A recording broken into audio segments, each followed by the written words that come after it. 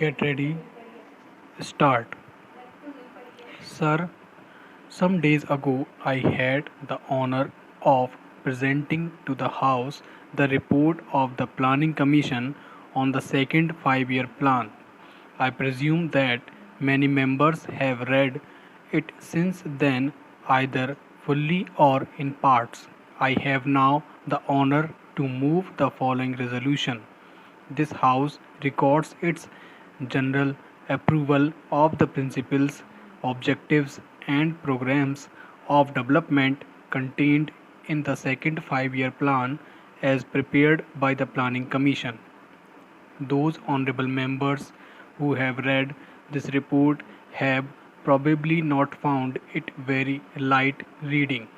A report of this type can hardly be termed light reading, although I believe there are many parts of it which are exciting reading.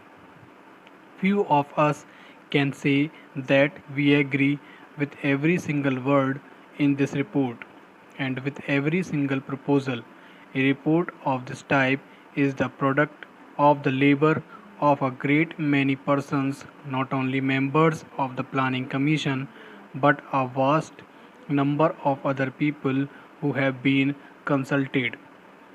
Among them are experts of our own country and of foreign countries and others representing various interests and professions in the country. As with all joint products, there is an attempt to meet different viewpoints. I hope this House will view the report as a whole, keeping in mind the unity of approach, objectives, methods, and principles underlying it, and not so much the details. It is open, of course, to any honorable member to criticize or to make suggestions in regard to any part of the report, whether it be principles or details, but I submit that the important thing is to get hold of the main principles. I propose, therefore, to deal with the broad principles only.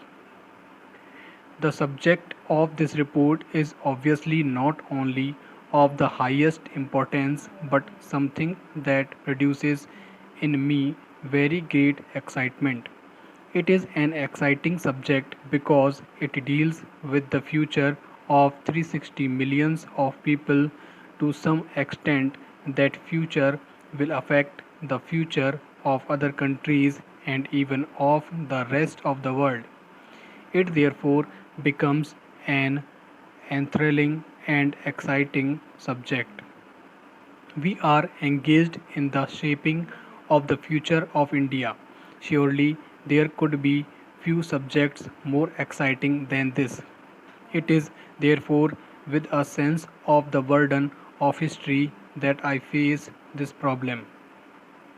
It is also with a great sense of humanity because, however great and however competent we may consider ourselves, we are small in relation to this mighty theme of building up our country and taking its millions of people forward during the next 5 years. These 5 years are only some kind of a period that we fix for our convenience because there are no isolated periods in the march of a nation. It is a continuous march. We must really think in terms of even longer periods and in terms of several 5 year plans. This is the second.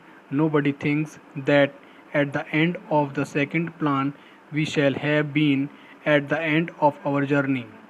There is no journeys, and when a nation is marching, leaving out the ultimate ends, even such a goal as we envisage, the objective of a socialist pattern of society is not going to be achieved at the end of the first 5 year plan or the second.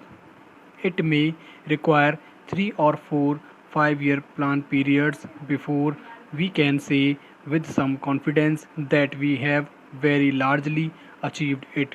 Therefore, we must keep this large perspective in view. In planning, especially, we are apt to forget the larger perspective and lose ourselves in some particular aspect which is of importance and yet which may very well come in the way of the larger perspective. For example, take the question of regional development. We are all agreed that there should be a uniform development all over India. We are all agreed that disparities, not only as between individuals in regard to income but as between the various areas in India, should be removed, that there should be equality of growth and opportunity all over India. But if we start applying that principle regardless of the other objectives and perspectives, we may spoil the whole plan. We may not have very much to give to any reason. Therefore, in looking at the 5 year plan, we have to think really of several 5 year plans. That is why it is becoming more and more important that we should, in addition to the period we are dealing with, have a longer perspective in view. The second 5 year plan necessarily deals with what might be called material objectives. They are very important because it is on the basis of certain material achievements that we can build other achievements. The plan deals to some extent, no doubt, with culture and like matters. Nevertheless, it confines itself chiefly to material advance. That does not mean that we attach no importance to other aspects.